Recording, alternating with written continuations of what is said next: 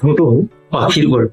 দুর্বল, সে আকাশে উঠতে চায়, কিন্তু সে উড়ার চেষ্টা করলেও সে মাটিতে পড়ে যায়। তো সে যখন মাটিতে পড়ে যায় তখন বাকি যে পাখিরা দেখে, সেই পাখিটা দেখে তাকে দেখে হাসাহাসি।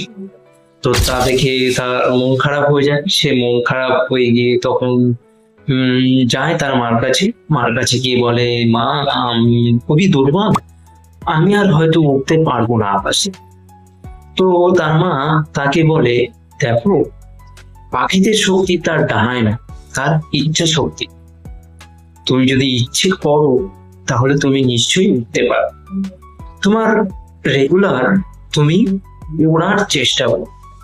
পাখিটি শুনে, তার মায়ের কথা শুনে, সে রোজ সকালে ওড়ার চেষ্টা করে, কিন্তু সে রীতিমতো আবার পড়ে যায়।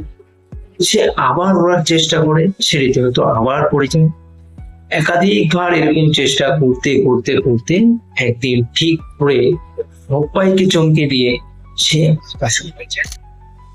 আকাশে উড়ে যাওয়ার পর সে আজকে কোথায় গিয়ে যে থামবে সেটা কিন্তু জানে না, আজকে কোথায় গিয়ে থামবে।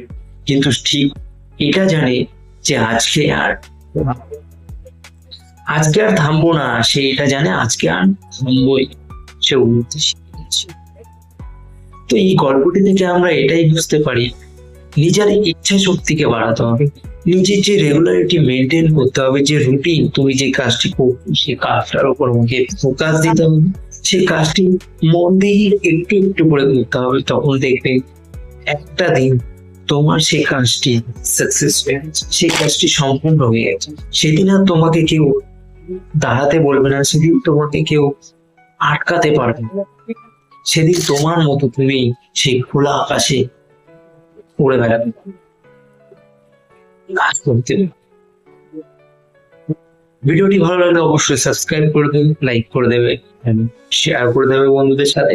তো এরকমই কিছু মোটিভেশন গল্প আর YouTube related tips and tricks নিয়ে তোমাদের এই চ্যানেলের মধ্যে আমি আসবো। আস্তে আস্তে নিজেকে ডেভেলপমেন্ট করার চেষ্টা করছি তোমাদের সাথে, আরো আস্তে আস্তে YouTube related tips and tricks নিয়ে তোমাদের সামনে আমি আসবো।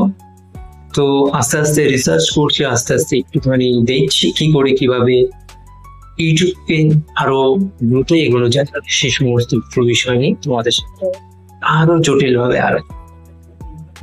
তো সুস্থ থাকো।